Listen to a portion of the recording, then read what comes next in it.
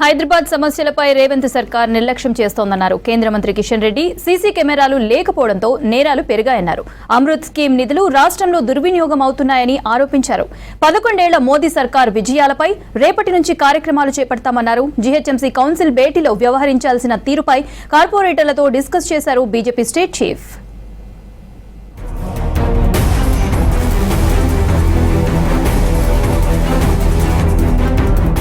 పేరుకే command control ఉన్న CC కెమెరాలు లేకపోవడంతో నిఘా లేకుండా పోయిందన్నారు కేంద్ర మంత్రి BJP state chief Kishan Reddy. రాష్ట్ర రెవెన్యూలో 70% హైదరాబాద్ సిటీ నుంచే వస్తున్నా నగర సమస్యలను రేవంత్ సర్కార్ నిర్లక్ష్యం చేస్తుందని విమర్శించారు. సిటీలోని పలు కాలనీల్లో కనీసం స్ట్రీట్ లైట్లు లేవన్నారు. జూబ్లీహిల్స్ లో పర్యటించిన కిషన్ రెడ్డి వెంగళరావు నగర్, శ్రీనగర్ కాలనీల్లో వెల్ఫేర్ అసోసియేషన్ సభ్యులతో భేటీ అయ్యారు. బస్తీలో మౌలిక వసతుల కల్పనపై ప్రభుత్వం తక్షణమే ఫోకస్ పెట్టాలన్నారు. అంతకుముందు హిమాయత్ నగర్ టీటీడీ వెంకటేశ్వర స్వామి బ్రహ్మోత్సవాల్లో పాల్గొన్నారు కిషన్ రెడ్డి. నేను ముఖ్యమంత్రి గారిని, చీఫ్ సెక్రటరీని కోరేది ఒకటే, హైదరాబాద్ లో నిధుల కొరత లేకుండా చూడాల్సిన అవసరం ఉంది. హైదరాబాద్ లో ఉన్నటువంటి స్థానిక సమస్యలు ఏవైతున్నాయో ఆ సమస్యలు పరిష్కారం చేయాలి. 33% మించి జనాభా హైదరాబాద్, తెలంగాణ ఇక్కడే ఉంటారు.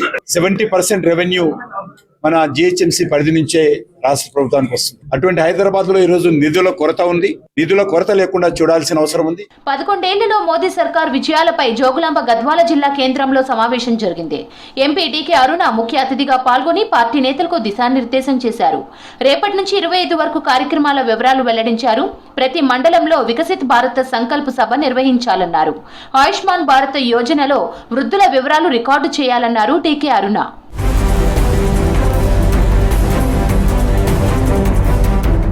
కేంద్రం ఇచ్చిన అమృత స్కీమ్ నిధులు రాష్ట్రంలో దుర్వినియోగం అవుతున్నాయని ఆరోపించారు ఎమ్మెల్సీ అంజురెడ్డి.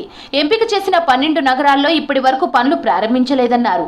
రాష్ట్రంలో రాజీవ్ వికాసంపై ఉన్న శ్రద్ధ ఉద్యోగుల సమస్యలపై పెట్టడం లేదని ఆరోపించారు అంజురెడ్డి. అమృత్ స్కీమ్ కింద ఎన్నైతే మున్సిపాలిటీస్ ఉన్నాయో, మరి కార్పొరేషన్లు ఉన్నాయో, ఈ అమౌంట్ ఇచ్చిన తర్వాత కూడా ఎక్కడ వర్కులు నత్తనాడుగా జరుగుతూ ఉన్నాయి. రాష్ట్ర ప్రభుత్వాన్ని నేను డిమాండ్ చేసేది ఒకటే ఏంటంటే, ఇన్ని స్కీమ్స్ కి అమౌంట్ వచ్చినా కానీ ఎక్కడ ఎస్టీపీ ప్లాంట్ కోసానికి ల్యాండ్ అలొకేషన్ లేదు, డంప్ యార్డ్ కోసానికి ల్యాండ్ అలొకేషన్ లేదు. ఎందుకంటే ఎక్కడైతే ల్యాండ్ అలొకేషన్ చేస్తారో అక్కడ ఎస్టీపీ ప్లాంట్ కట్టడానికి ఆస్కారం ఉంటుంది, గ్రావిటీతోని వాటర్ పోవడానికి ఆస్కారం ఉంటుంది.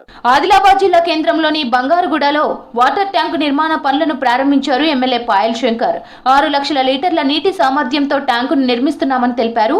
పట్టణంలో 8 ట్యాంకులు నిర్మిస్తున్నామన్నారు. అమృత్ పథకంలో నిధులు కేటాయించిన ప్రధాని నరేంద్ర మోదీ, సీఎం రేవంత్ రెడ్డికి కృతజ్ఞతలు తెలిపారు పాయల్ శంకర్. కేంద్ర ప్రభుత్వం, రాష్ట్ర ప్రభుత్వం సంయుక్తంగా నిర్వహించేటటువంటి ఈ యొక్క అభివృద్ధి కార్యక్రమంలో నరేంద్ర మోడీ గారు గొప్ప ఆలోచనతో ఈ యొక్క అమృత్ పథకాన్ని ఆదిలాబాద్ కు ఇవ్వడం ఆదిలాబాద్ ప్రజలందరి అదృష్టంగా నేను భావిస్తా ఉన్నాను. ఆదిలాబాద్ ప్రజల తరఫున ప్రత్యేకంగా ప్రధానమంత్రి నరేంద్ర మోడీ గారు ఈ యొక్క రాష్ట్ర ప్రభుత్వ సహకారం కూడా ఉన్నది. దానికి ముఖ్యమంత్రి రేవంత్ రెడ్డి గారు కూడా ప్రత్యేకంగా ఆదిలాబాద్ ప్రజల తరఫున ధన్యవాదాలు. బీజేపీ స్టేట్ ఆఫీస్ లో జీహెచ్ఎంసీ బీజేపీ కార్పొరేటర్లతో భేటీ అయ్యారు కేంద్ర మంత్రి కిషన్ రెడ్డి. రేపు జీహెచ్ఎంసీ కౌన్సిల్ మీటింగ్ లో చర్చించాల్సిన అంశాలు, వ్యవహరించాల్సిన తీరుపై చర్చించారు. లేవనెత్తాల్సిన విషయాలపై కార్పొరేటర్లకు దిశానిర్దేశం చేశారు కిషన్ రెడ్డి.